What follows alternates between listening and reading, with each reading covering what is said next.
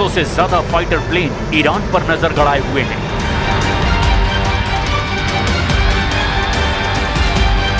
पच्चीस से ज्यादा जंगी जहाज ने हॉर्मूज को घेर लिया है।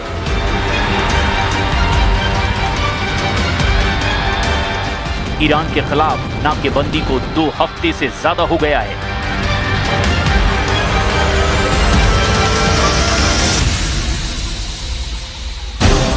ट्रंप का तूफान, बढ़ा जंग का तापमान।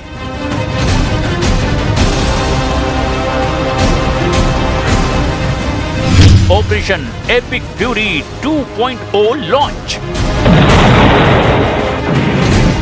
फरवरी के आखिर में जब अमेरिका ने ऑपरेशन एपिक फ्यूरी और इजराइल ने ऑपरेशन मिडनाइट हैमर लॉन्च किया तो ईरान की मिसाइल फैक्ट्रियों को निशाना बनाया।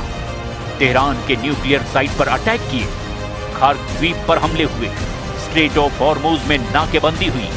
ट्रंप ने कहा, हम ईरान को न्यूक्लियर हथियार नहीं बनाने देंगे, लेकिन अब बात नेगोशिएशन पर अटकी हुई है।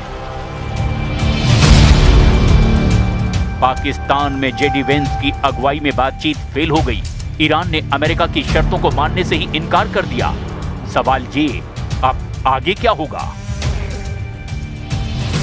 2 दिन में ट्रंप ने सोशल मीडिया पर 2 पोस्ट जारी किए। एक पोस्ट में ईरान पर अमेरिका की शर्त मानने का दबाव बनाया, ईरान को समझदार होने की सलाह दी और खुद को बैड गाय बताते हुए दूसरे पोस्ट में युद्ध की चेतावनी दी और ऐसे तूफान के आने का दावा किया जिसे रोका नहीं जा सकता। आखिर ट्रंप का इरादा क्या है? ट्रंप का टारगेट हॉर्मूज नहीं है। ट्रंप की राह में सबसे बड़ा रोड़ा है ईरान। ट्रंप को सिर्फ ईरान को तोड़ना नहीं है, वो चाहते हैं ओपेक पर कंट्रोल। ओपेक पर कंट्रोल का मतलब है मिडिल ईस्ट के पूरे तेल कारोबार पर कंट्रोल। ओपेक कंट्रोल हुआ तो अमेरिका तेल की कीमतों को अपने हिसाब से मैनिपुलेट कर पाएगा।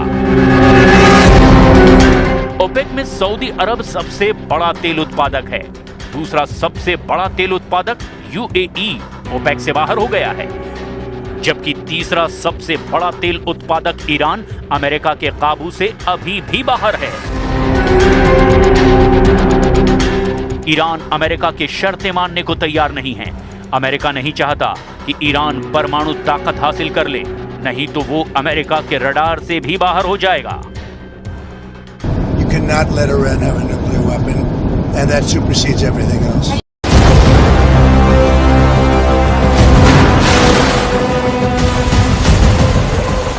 चालीस दिन की लड़ाई, तेहरान पर डील का दबाव बनाने में कामयाब नहीं होने के बाद रिपोर्ट में दावा किया गया कि अमेरिकी सेना के सेंट्रल कमांड ने ईरान के खिलाफ जंग का नया ब्लूप्रिंट तैयार किया है। अमेरिका का यह हमला कितने दिनों का होगा? क्या अमेरिका छोटा लेकिन ताकतवर हमला करेगा?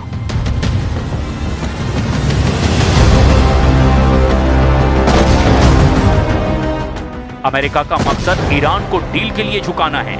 ईरान के खिलाफ चल रही जंग को निर्णायक मोड़ देना है। अमेरिका इस बार पावर प्लांट, एनर्जी साइट और बची हुई बैलिस्टिक मिसाइल और ड्रोन साइट को निशाना बना सकता है। ईरान की न्यूक्लियर प्रोग्राम से जुड़ी हुई साइट को फिर से निशाना बना सकता है। लेकिन अमेरिका ने हमला किया तो ईरान चुप नहीं बैठेगा।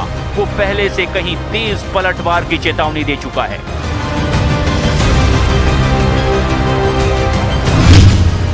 ईरान युद्ध की शुरुआत से ही इलाके के देशों, खासकर खाड़ी देशों को चेतावनी देता रहा कि जीसीसी देशों पर ईरान के हमले की वजह अमेरिका की मौजूदगी है। ईरान जीसीसी देशों से अमेरिका से दूरी बनाने और इलाके में अमेरिकी सैन्य ठिकानों को हटाने की अपील करता है।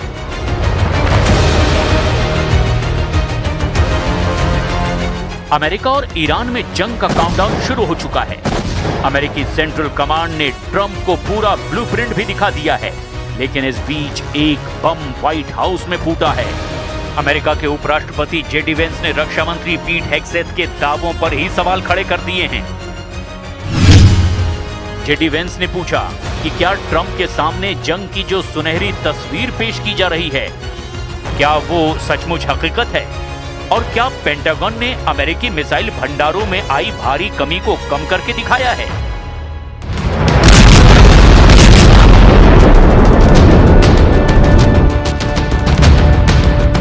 तो सवाल ये कि क्या अमेरिका सच में जंग के लिए तैयार है या ट्रंप को किसी बड़ी चाल में फंसाया जा रहा है?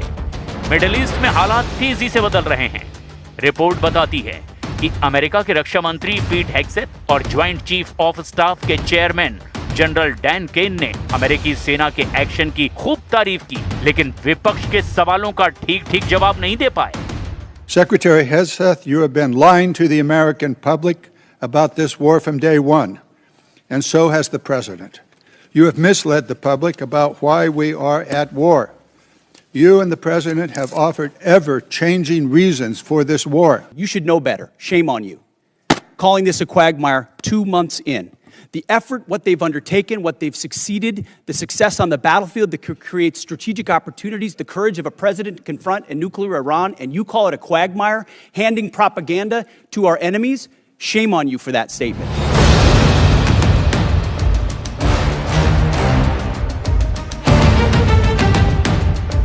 अमेरिकी सेंट्रल कमांड ईरान के खिलाफ जंग की नई तैयारी कर चुका है। उसके ब्लूप्रिंट में एयर स्ट्राइक, साइबर अटैक और नेवल ब्लॉकेट भी शामिल हैं।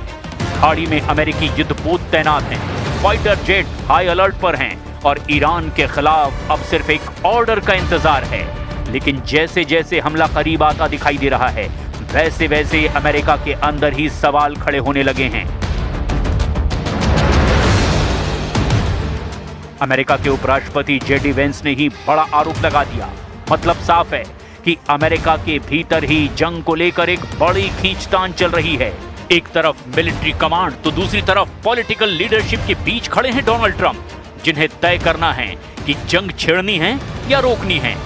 इस बीच दावा किया जा रहा है कि ईरान ने सीज फायर के बीच अपने मिसाइल और ड्रोन ताकत को रिस्टोर कर लिया है। इस सीज फायर के बीच ही ईरान के नेता पुतिन से भी मिलाए हैं, जो कि ट्रंप की बड़ी टेंशन है। ईरान के खिलाफ ऑपरेशन से पहले ट्रंप ने पुतिन से 90 मिनट बात की है। इस बातचीत में दोनों के बीच ईरान और यूक्रेन को लेकर बात हुई। तो क्या ट्रंप ने ईरान पर हमले से पहले ही अब पुतिन से ऑर्डर ले लिया? क्या इस बातचीत में ईरान का न्यूक्लियर मसला तय हुआ है? क्या रूस ईरान के यूरेनियम को अपने कब्जे में लेने जा रहा है? सीज फायर के बीच पुतिन और ईरान की बढ़ती नजदीकियां अब अमेरिका के लिए नई चिंता की बात बन चुकी है।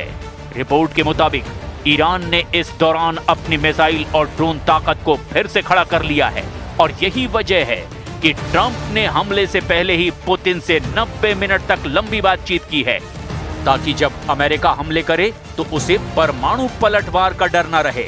अगर ऐसा है तो ये सिर्फ एक जंग नहीं बल्कि एक ग्लोबल पावर गेम बन गया है। लेकिन सबसे बड़ा सवाल अभी बाकी है। व्हाइट हाउस में बैठे ट्रंप क्या पूरी सच्चाई जानते हैं,